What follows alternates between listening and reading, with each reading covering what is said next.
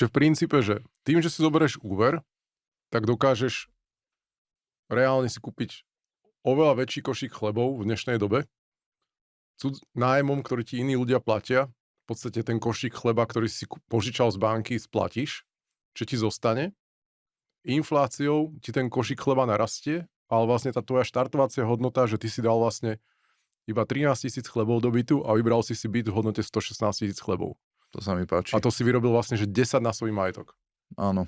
A stále doplňam, že k tomu ešte to nájomné, hej, že toto iba to... A ešte vlastne máš to nájomné, nájomné, ale akože to prvé nájomné ti splatilo ten áno. bankový košík chlebov, ktorý si vrátil do banky. Tak.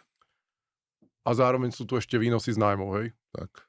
Nájomné v čase rastie, keď to... To si netrúfam prepočítať do chlebov teraz.